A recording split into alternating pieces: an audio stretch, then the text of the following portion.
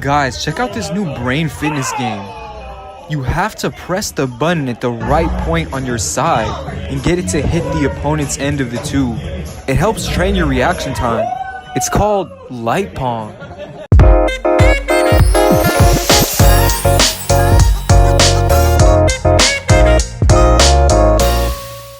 Welcome to Founders Talk. Today we have Aaqib Usman, the founder of Light Pong, world's first 1D gaming console.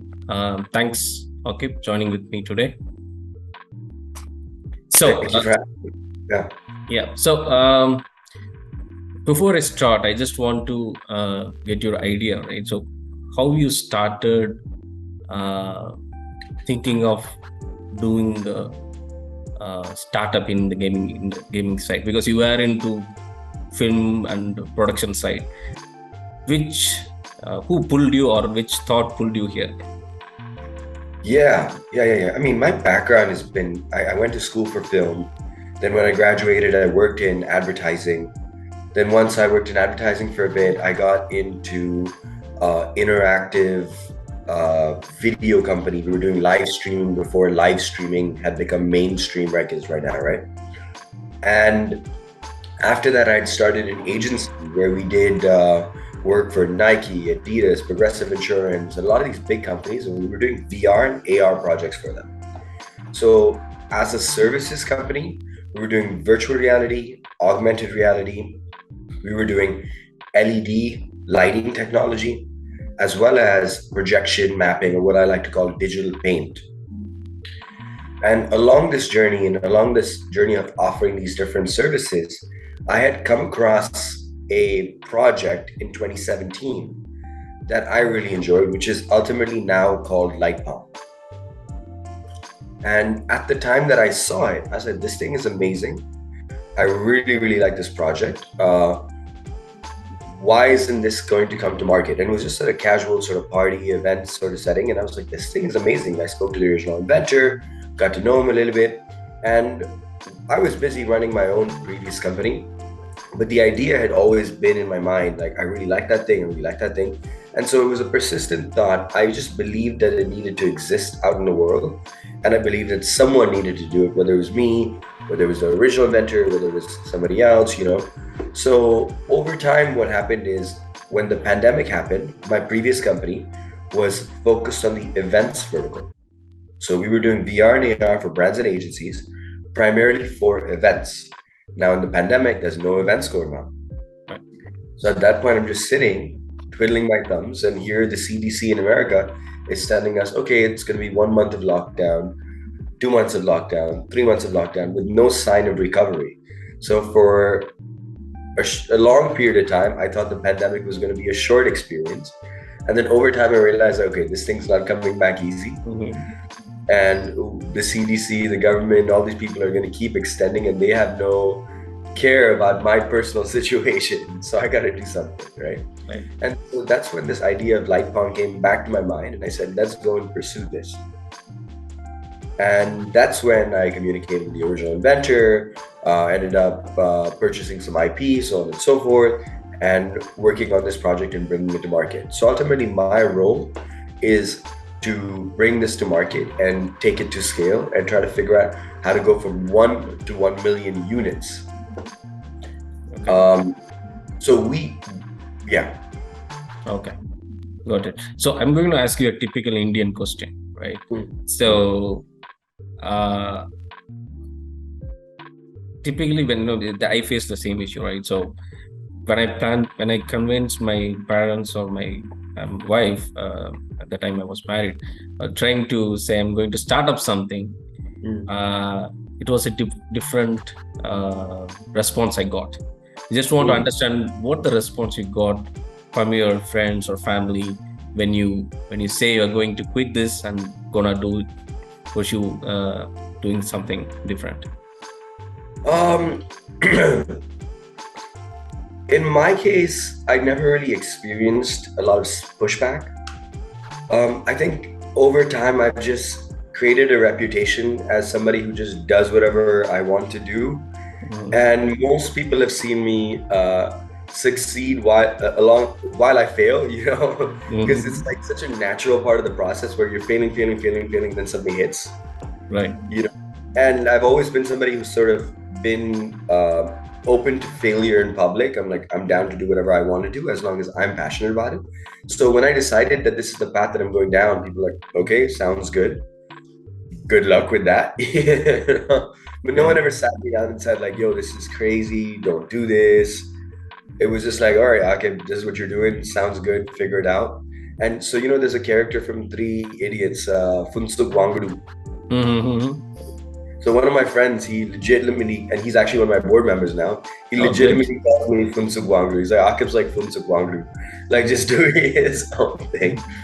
So from that perspective, I didn't really experience any pushback. I think there's always a sense of concern that especially parents have. Like, are you okay? Are you taken care of? And what I've done in that situation is I've just like not been completely open about what's actually happening because I don't want to concern my parents. That's a good approach. Yeah. With your parents, you tell them just enough to make sure that they believe that you're okay. But in the background, you just got to continue working and keep grinding, and it is what it is. Right. Yeah. Okay. So the other thing I want to ask is, there are many gaming startups, right, popping on everywhere, even in India, China. So why Light Pong, right? So what's the product unique about what you're trying to do for the gaming community, for the maybe upcoming young kids, right? So I just want to understand what you're trying to solve in those areas. Yeah. I mean, there's a couple of different sort of thoughts here, right? Firstly, when I was younger, I would play a lot of games, right? And over time, I stopped playing those games. But what I liked about the games in the 90s when I was younger is the fact that it was really simple to get in and out of the game.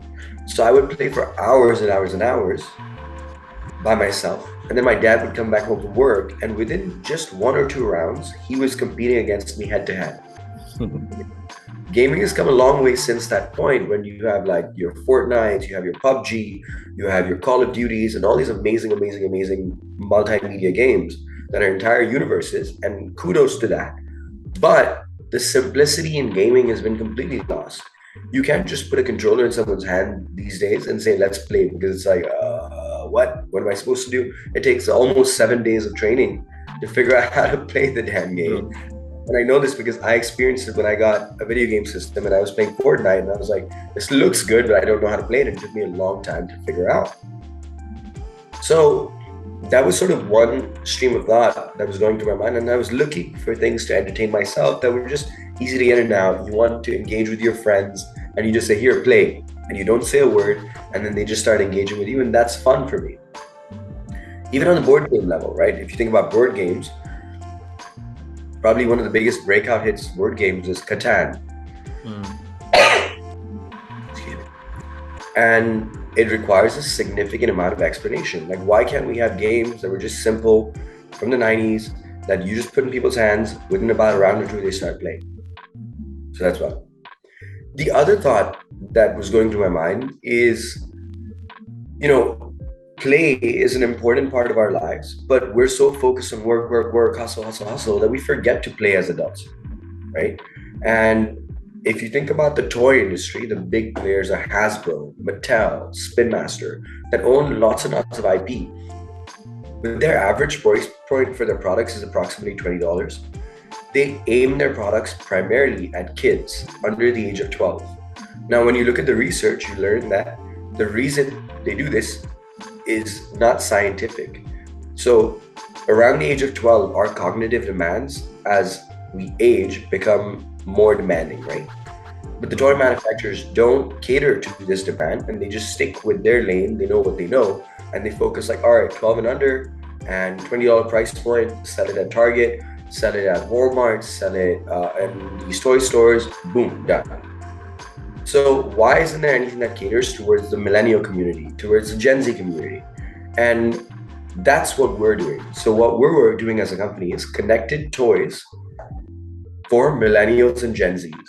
So our toys are catered towards an older demographic. Our toys are internet connected, which means that they're updatable and you can add more features to them as they're built. And in specifically Light Pong's case, we're thinking, how do we create more and more new games? As you said earlier, we're the world's first 1D or one-dimensional game console, which means that people can play many different games all on a single beam of light. So we've created an LED strip with controllers, and you can play a lot of different games on this LED strip. Like, that's just a completely new concept. As you said earlier in this conversation, I think before this even started, it doesn't exist. And that's what fascinates me about it, right? To me, it's about bringing something new to the world that people haven't seen, and now you're creating an entire segment in the market. Right. So as a parent myself, I'm actually want my kid to play the games which you are trying to develop, not the video games. Actually, I'm not against that, but I'm just that's more because I recently heard Nike CEO podcast somewhere, and he was telling the gaming is the only area where it brings everyone together, right?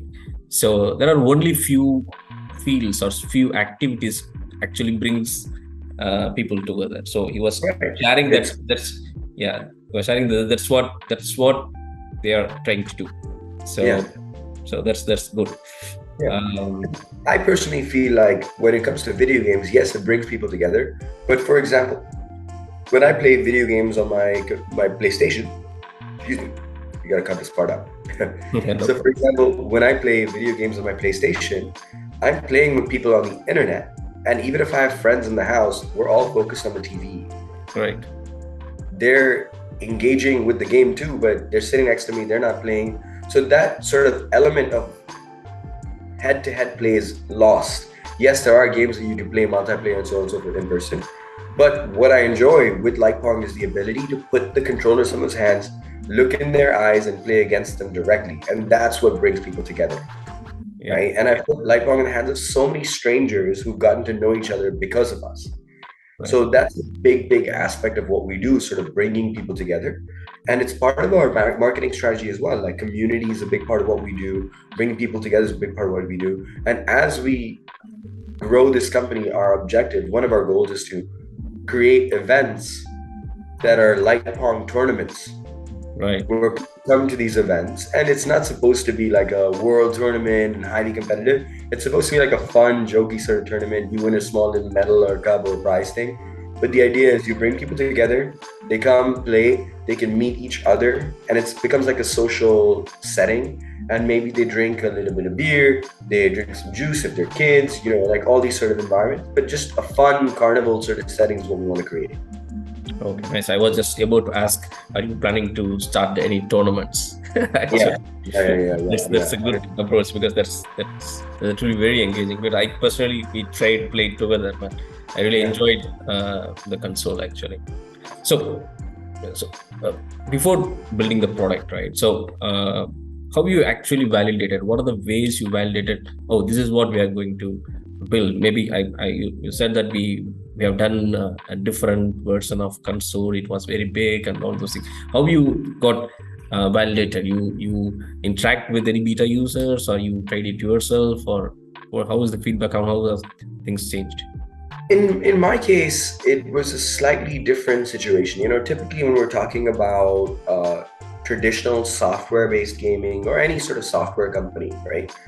The idea is that you go out and you sort of build a MVP of the product, then you test it with users, you see if there's a really need in the market for that product, and you try to find product market fit along the way. In our case, it was slightly different. In our case, I had seen the product ready at a party. Mm-hmm. I liked it. And I saw the natural response that people had to the product.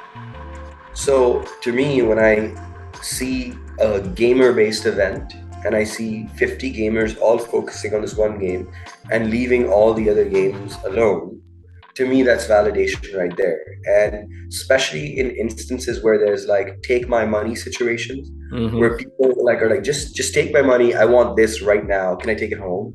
Like that to me is instant validation that you have something good. And I don't think there's any better validation when you show someone a prototype of something and they're like, I want this right now. Here's my money. Can I just buy this? Can I have it tomorrow? I have a party coming up. Can I have it? And people like go out of their way to get on your mailing list or get on your social media and make sure that they follow you. Like that to me is validation. And that to me is a sign that you're onto something good.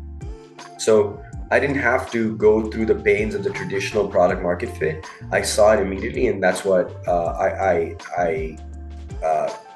pursued right after that. This is very rare, right? So, like Apple, it's not, they don't need any validation. They give the product what is required, and people just use it. That's a good. That's very very rare to see those kind of products. For the people. And it's like, to me, it's a once in a lifetime opportunity. It's a gift, and we as a society have become so accustomed to sort of seeing the same thing again and again, and we always see like these sort of decimal improvements on things. Like, oh, here's an iPhone 1.2, 1.3, 1.4, and everything is sort of this slight improvement on each other, right? But a completely new concept, a new brand new idea that people haven't seen before. Now that to me is unique, right? And that's what I pursue in my personal sort of entrepreneurial journey. What can we do that people haven't done before? For example, to me, like Uber is one of those ideas. Yes, it's an improvement on something that already existed, but it was a binary improvement. It was a big shift. They went from like this sort of alpha taxi system that was going around and you have to hail the cabs to like, whoa, I can just literally call a car. Like that to me is a big shift in the way we do things. And those are the ideas that I look for. Like, what is such a brand new shift that nobody's thinking about or looking at, that only you have the unique opportunity and know how to figure out how to do? That's fascinating. And especially if it's like borderline legal and then it's on the way to legalization, like they're doing with, for example, cannabis right now. Like that's fascinating to me, right? Somebody figured it out and it was borderline legal, then it got legal, and that's a huge industry. Same with Uber, for example. So majority of the things, see, it's nothing new everyone is creating, right? So even Uber navigation was there, right? App was there, and connecting was there. So they just put everything together and into one platform. So it's if you're able to connect things right, then you'll come up with a really good product.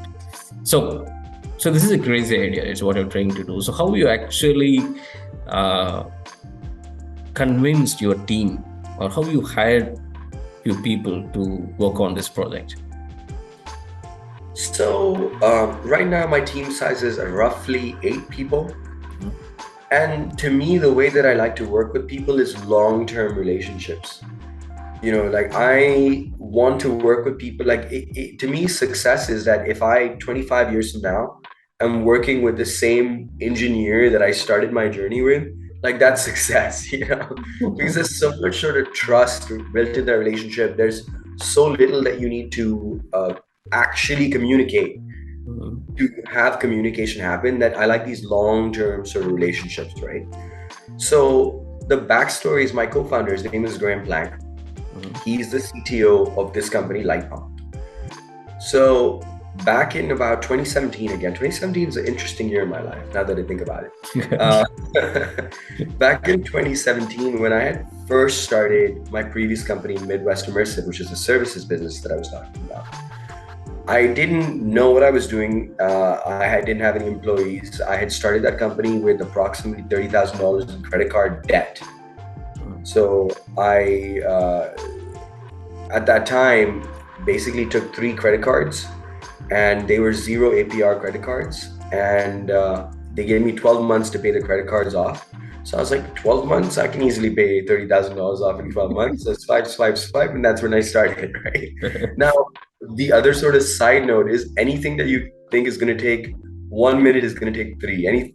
Just multiply everything by 3 in founder world. That's how much time things are really going to take, right? So I was just starting this company. I'd never hired a person in my entire life. Um, I was invited to do a talk at a sort of incoming college freshman class. So this university in Chicago called DePaul University, they had started their new semester, and they had a brand new fresh students that came from high school into college, and I was invited to give a talk to them because I was fairly young at that time. I was maybe 25. I just graduated as well. And they said, oh, you've started this business, come and talk to these kids and tell them what you do, show them some of your work. So I was giving a talk to this class, and I was referencing some of the technologies that we were working with. And at that time, it was Snapchat lens technology, AR core by Android and by iOS was still just becoming a thing. All the AR functionality. So I was talking about some of these things that we were doing, and there was one particular student in that class who was like hyper engaged. He was just like, and everybody else just had a flat face. And I was like, what is happening with this guy? Why is he so engaged? Like, what does he know that I don't know? So the class got over, and me and one of my team members, we went and started talking to this guy. I said, hey, what's going on with you? Who are you? What do you do? And he said, oh, I'm a developer. I've been developing since he was 17 at the time. He's like, oh, I've been developing since I was 13. I said, okay, show me some of your work. So he quickly pulled up some stuff on his phone, and I was like, okay, cool. Well, what are you doing with your life? He said, oh, I just started college. I said, do you have a job? He goes, yeah, I'm working at the college for $12 an hour. I said, okay, I'll pay you 13. So he was like, and I needed just a researcher, someone who can like play around and figure it out and inform me so I can go and sell to clients. And then we could have built everything out, but I needed someone to just do the early research for me and mess around with the computer and tell me what's possible. So he was like, oh, okay, sounds good. And I was like, in my head, I said, man, I just gave this kid the opportunity of his lifetime. Here I am trying to sell to all these big companies. This kid just started college. I wish someone had given me this opportunity when I started. Right. A week goes by, I don't hear from him at all. I'm like, what the hell did I say wrong? So I called him and I said, hey, what happened? You said you're gonna hit me back up. This is a pretty good situation. He goes, yeah, I don't think I'm ready right now. Can we check back in maybe later? Normally that means no, but politely. Yeah. So this was on my mind, and I was like, this is a pretty good guy. Let me see what happens. So I put a note to follow up with him about 3-4 months later in the next semester. And the following semester, I called him. We had the exact same conversation. And I asked him, like, what happened? I said, are you interested? He goes, yeah, I'm interested. So a week later, he started on the exact same terms, everything. And I asked him what happened. He goes, no, I just got afraid that I wouldn't be able to do the job because it's my first year in college. I don't know what I'm doing completely. I said, okay, cool. So we started, and since that time, we built that relationship up. So he started as an intern, then we made him part-time developer, then full-time developer, then lead developer. Now he's the CTO of this company. Great. So, nice story, yeah.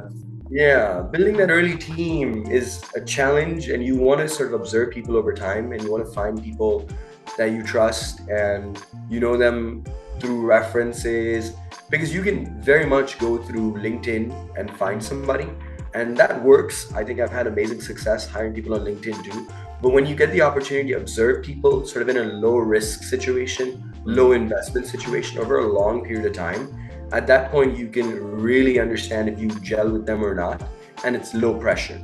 Versus as you grow the company, what ends up happening is now, because you're getting funding, you're making money, people want to get paid full big time salaries, but you don't have the opportunity to mitigate that risk because you're like, cool, we've had 3 meetings. I've seen you for 3-4 hours. All right, let's go. Right. But if you ever have the opportunity to build up with people around you over a period of time, that's the most fascinating sort of circumstance you can be in. It's the same circumstance for the rest of my team as well. One of my guys who primarily manages hardware, he's my director of hardware, right? I had the opportunity to work with him over multiple small projects and observe his working style. And that's when he joined this company as a director of hardware. My marketing guy, same thing. I hired him when he was 17 years old at high school. And now he's about 21 or 22, I think. And we've built that sort of relationship over time. Same thing. So my core team is largely people that I've known over a long period of time through other projects. I've had the opportunity to start with them on very low risk circumstances. And these are people I can trust in my sleep, and I know how they tick, what makes them tick, how they're feeling, and that's how you build. Nice. Yeah. It's really good story, and yeah, I think I wish I should also start speaking in colleges. Yeah, exactly. And in the early days, you need, like, you're young, frankly, you need people that are thirsty, just like you are, Right. And you find them in college, people are like, yes, I want to do something, I want to change the world. Yeah. And over time, that sort of reality of the world kicks in, and people lose their sort of mojo. But when you're in college, you're like, I'm here to change the world, I'm going to do anything I can. And you come in as the entrepreneur and you say, let's change the world, and someone will go on that journey with you. Yeah. Even my in my company, there are people who joined as an intern. Some people are even joined us when they're part-time from a college, and they are still here. I mean, 8-9 years, they're still here. Yeah. So as you said, they have the same story. The same person whose name is Karthik will become a CTO now. So yeah, it's good. It's good. So you said when you start, you were swiping the cards and making, using the funds, right? I hear that. I just saw in the LinkedIn that recently you got VC funded. Congratulations for that. And so when you're starting, right? So is money is more important? Is it required in a very early stage to ask for funding, or go and approach a VC or investor? So what's your thoughts on that? So the way I see it is that money is really like the catalyst, right? It's the fuel that powers the vehicle. So the reality is that as a founder, you're building a vehicle, and now you need that vehicle to move forward, and you need to put fuel in it. Right. So to me, funding is that fuel, and how far you can go depends on how much fuel you have in your car. And if you want to make it to the finish line, you need to put more fuel. But in the early days, you need very little capital. You need capital. I'm not saying you don't need it. You need very little, and you can spend it very wisely because your expenses are nothing. Your expenses are you, maybe some developers you hire, people around you, depending on how you operate. Like, I started with offshore developers first, then I hired with interns. So if you're careful about it, you need very little funding to actually get started. What you need more so is a lack of responsibility. So no one should be depending on you for their survival, because your survival is question mark. Very true. So I always feel like, in your situation, if you have kids, if you have a wife, if you have dependents, then it's tricky. And my dad told me this upfront. My dad, he is an engineer. He is a petroleum engineer. And around the time that he was my age, he told me that, oh, dude, like, I wanted to start a company. I wanted to be an entrepreneur, but I couldn't afford to because there were so many people that were depending on me for their life. So he said, like, any mistake that I made would cost other people, right, including family, because he had dependents. So in my case, I had none of that. No responsibility, just me, figure it out, So I think beyond money, you need freedom in entrepreneurship, and you need the ability and freedom to do what you need to do versus like sort of bending to what needs to be done, what you have to do to survive, and so on and so forth. Okay.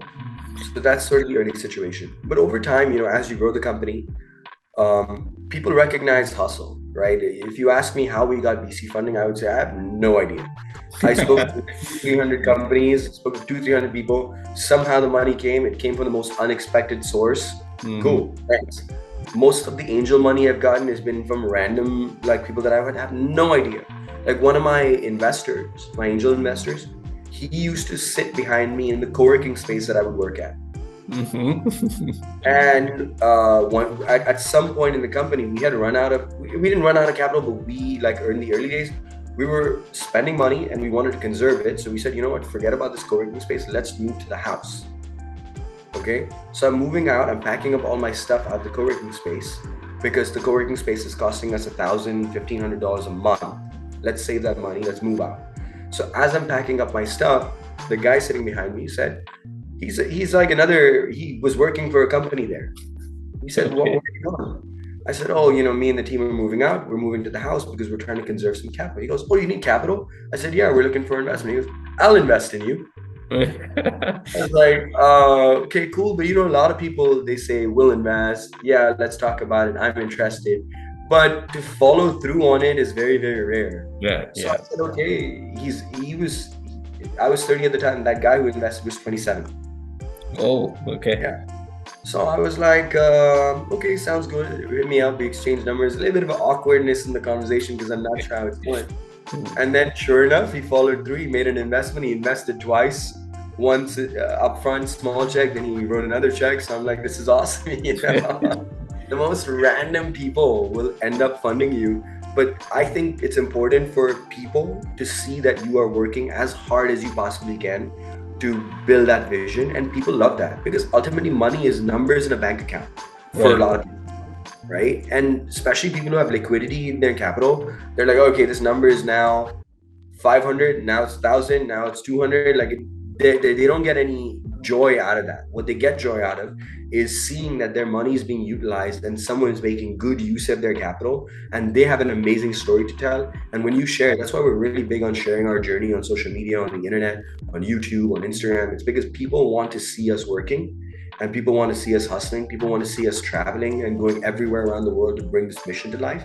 And they don't really care whether this goes to the ground, but they hope that it would go all the way up. And they're like, I was part of that journey. This thing's amazing. Let's go. The money will come. I think the money just follows you as long as you're grinding and you're trying to do as much as you can to build.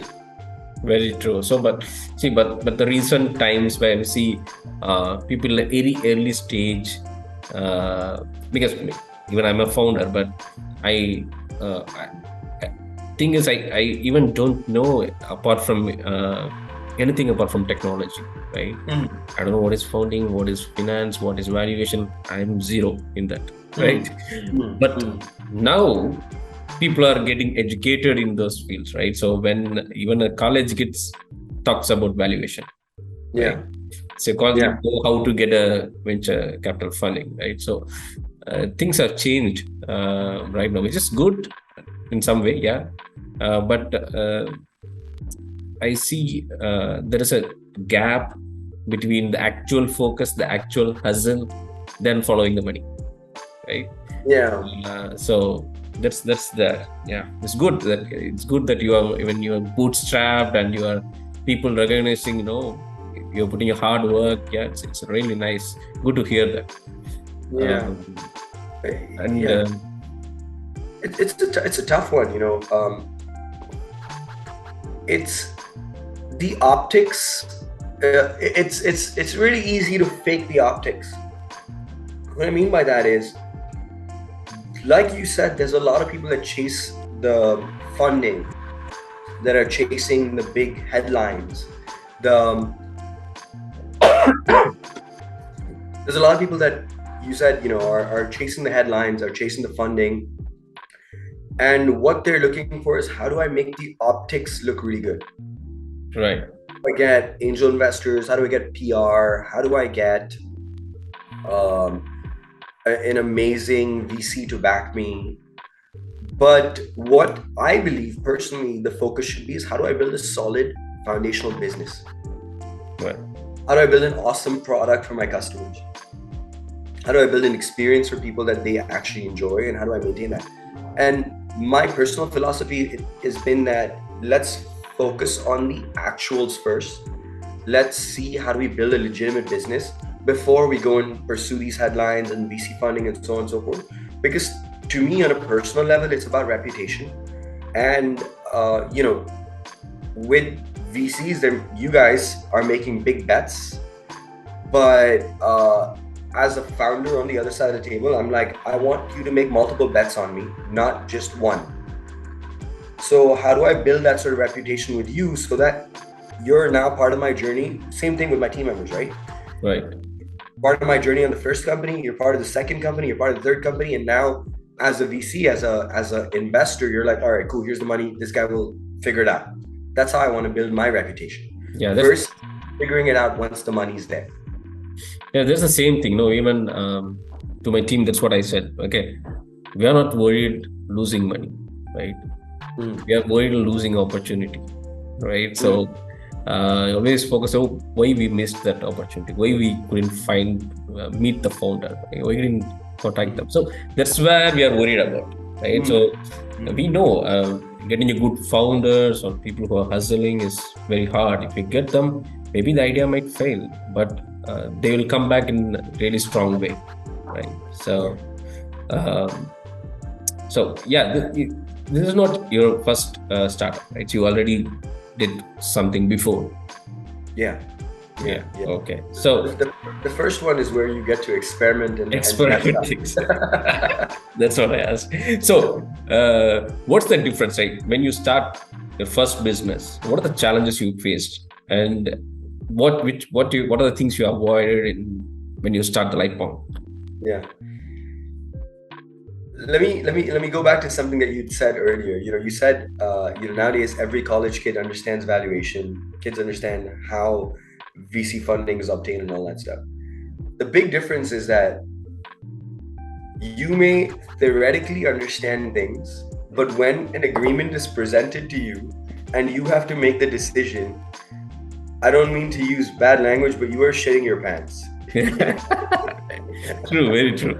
You're like, okay, so let me, even in my previous companies, someone had offered to invest. And the story behind that is I had gone to buy a piece of furniture. And I went to someone's house, I found them on Facebook Marketplace. I wanted to buy like a chair or something like that. It was a used chair. So I went to their house and there was a guy there. He was a dentist. So I went upstairs and he showed me the chair, but the house that he took me to was phenomenal. Like I had never seen a house like that. I walked up, it was a high rise, and it was right by the lake. We have a lake close by in Chicago. It's a couple of blocks away, and it was just water. All I could see was just water, and I was like, wow, this is amazing. So we kind of got talking. He asked me what I do. I told him what I did, blah, blah, blah. And we sort of kept in touch. And then I explained to him what business I'm in. He introduced me to his partner. His partner then sort of got interested, and over maybe about 2-3 months, they made an offer to invest. They had given me a written offer. They'd figured out the valuation, so on. So very early, what they want to do. They were kind of retiring as well. And when I got, theoretically I understood how investments work, but when I got the offer, I had no clue how to actually evaluate this deal. Because when it's your own company, it's your own baby, your emotions are high. Right. You're thinking that you are worth $1 billion. They're thinking that you're worth $100. There's a big disparity. Then you're talking to other people, you're getting opinions. You're so early and you're so inexperienced that you don't know whose advice to take, who's right, who's wrong. Everybody pursues their own sort of thoughts. So the big difference between company number 1 and company number 2 is that all of those errors, those mistakes, your inexperience or inability to make a decision, all of that gets ironed out. Because now you've seen the same deal 3-4 times over. Now you understand how to operate when you're in the hot seat. When you're under pressure, you're under the microscope, you have to make a decision. How do you make a good decision? All of those things come to you after experience. And that's, I think, the big difference. So to me, I've invested thousands of dollars into PR companies that have, like, for example, I invested in this PR company and I didn't even know why I was doing it at that time. But we spent roughly about $60,000 over 6 months, $10,000 a month. No, $5,000 a month on this PR company. And they generated 6 articles. Okay. And I was just like, okay, I was enjoying it in the process. And I was like, dude, you guys took all of this money from me and you gave me 6 articles. Did I just pay you $10,000 per article?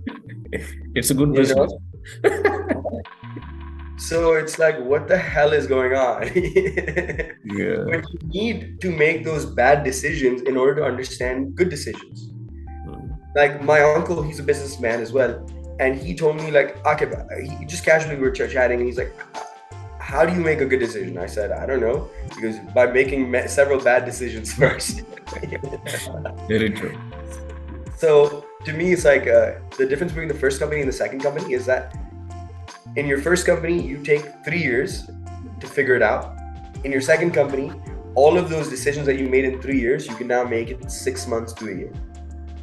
Acceleration, speed. And now what I've been able to do in a year and a half with Light Pong, it would have taken me way, way, way longer in the previous company, like 3, 4, or 5 years to figure out. Okay. Yeah, I mean, and I was lucky that we made money in that previous company too. But this is a completely different ball game now. Right. So, final question. Okay. And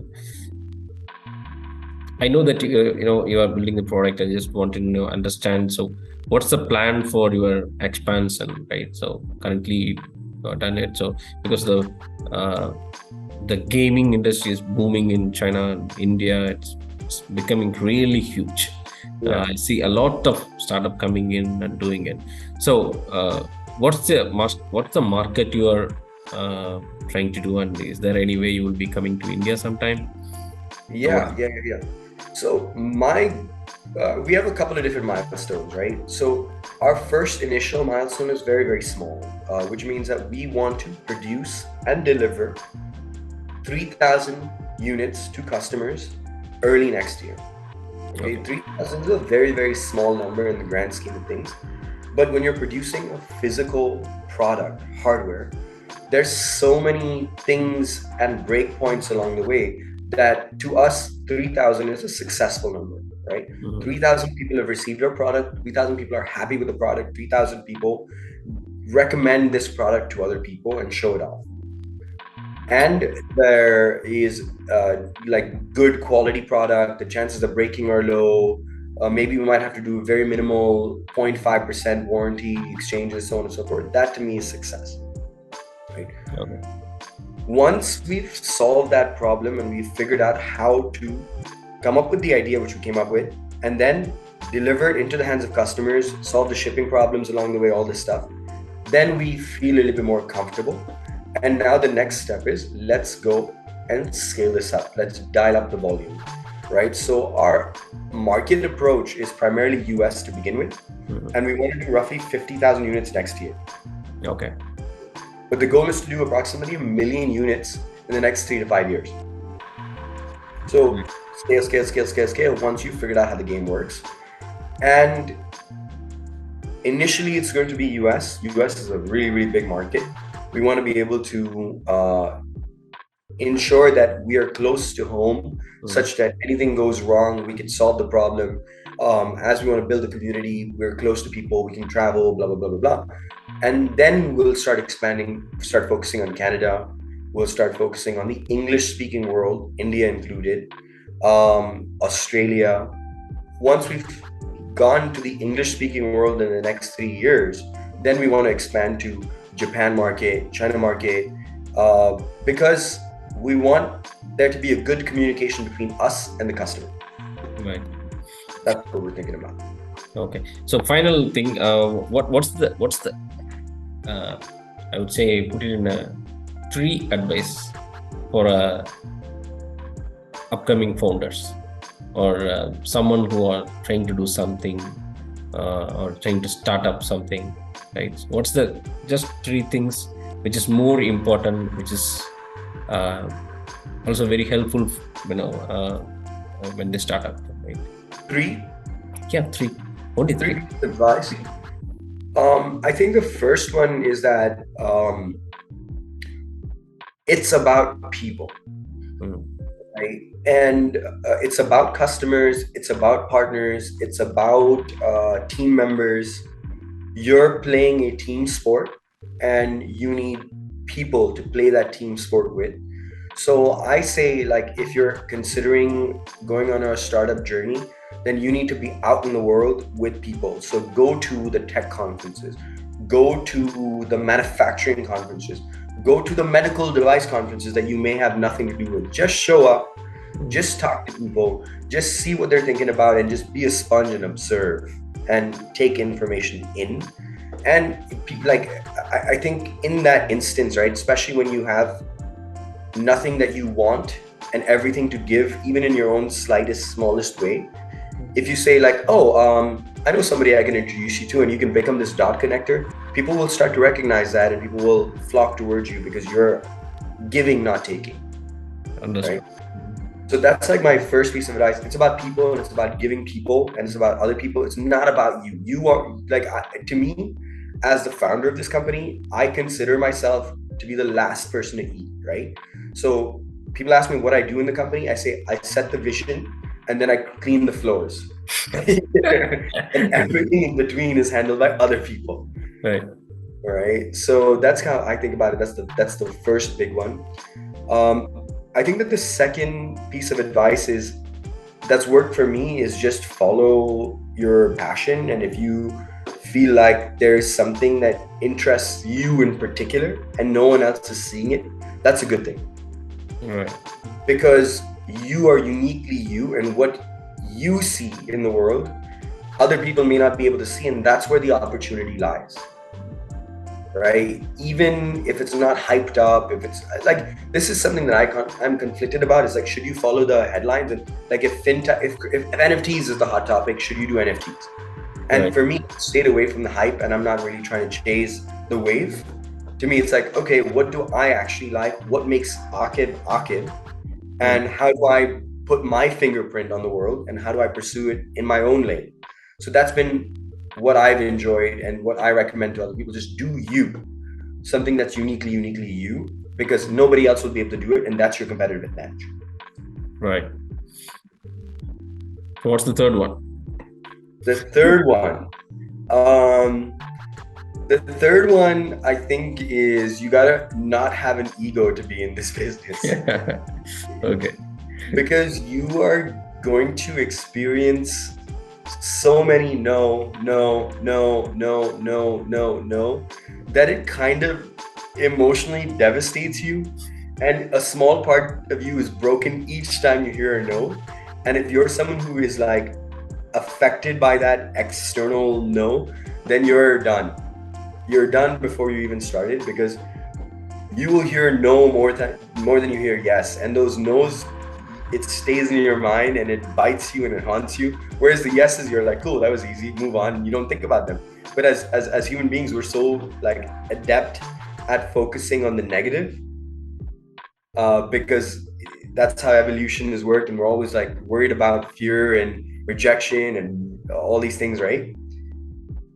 That we're attuned to focus on that, but you have to somehow figure out how to turn that off. That like, no matter how big the no is, no matter how much you wanted it, you just continue, move on, and you say, I don't care, and you have to keep going. So the no's define who you are, and how you Muhammad Ali, he has that quote, right? Yeah. It's not how hard you punch, it's how hard you can get punched, and that's a very, very big part of it. Right. Okay. It was a great discussion, Aaqib. Thanks for joining. Thank you for inviting me. I'm glad you thought of me for this one. Yeah, so we'll meet soon again. Yeah. I have some few more things for you. So we'll Okay. meet again and see how we can cooperate. Okay, thank you, buddy. I'll catch you soon.